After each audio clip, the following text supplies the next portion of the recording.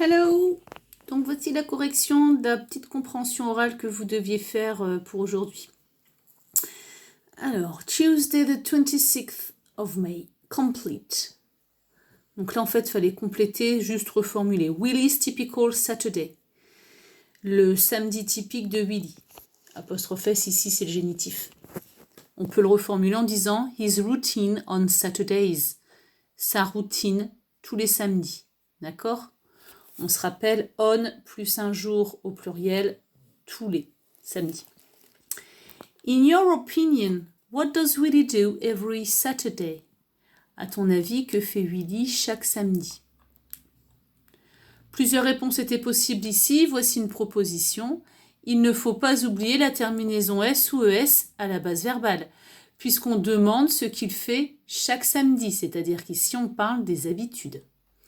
Donc là, c'est une proposition. Hein. Donc, in my opinion, on peut dire aussi to my mind, every Saturday or on Saturdays, Willy plays football, runs and kicks the ball.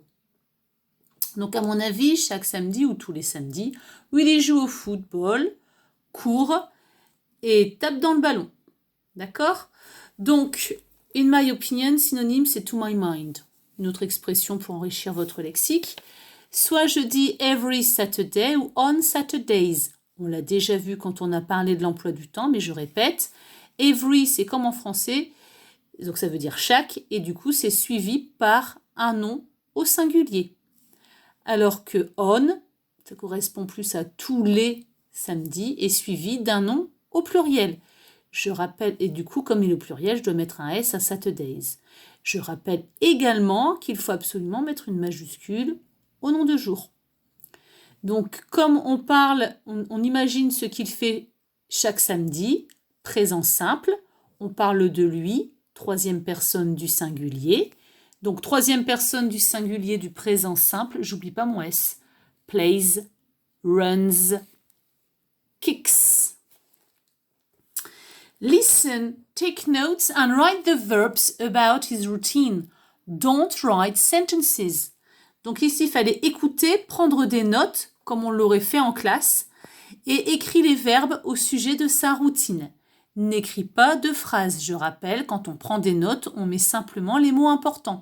Ici, on parle de sa routine, donc forcément, on parle des différentes actions qu'il va faire. D'accord?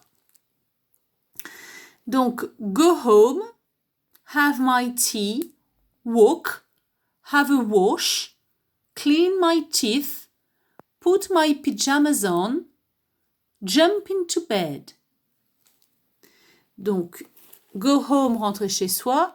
Have my tea, ça on va le voir tout à l'heure, c'est prendre le repas du soir. Walk, marcher, se promener.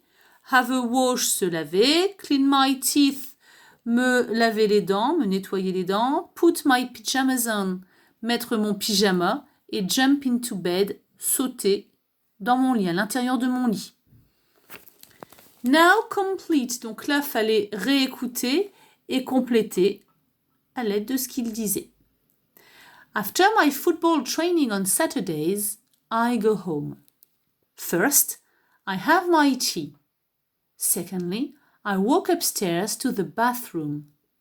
Thirdly, I have a wash. After that, I clean my teeth. Then, I put my pyjamas on, and finally, I jump into bed. Donc, après mon entraînement de football tous les samedis, je rentre chez moi. Premièrement, je soupe, je mange, je prends le repas du soir. Deuxièmement, je monte en haut vers la salle de bain. Troisièmement, je me lave. Après cela, je nettoie mes dents. Je me lave les dents. Ensuite, je mets mon pyjama. Et enfin, je saute à l'intérieur de mon lit. Je saute dans mon lit. On n'oublie pas pyjamas est au pluriel comme trousers, comme shorts. À quel temps sont les verbes du grand 4? Pourquoi? Eh bien, ils sont au présent simple car Willy parle de sa routine, de ce qu'il fait tous les samedis. Bye bye!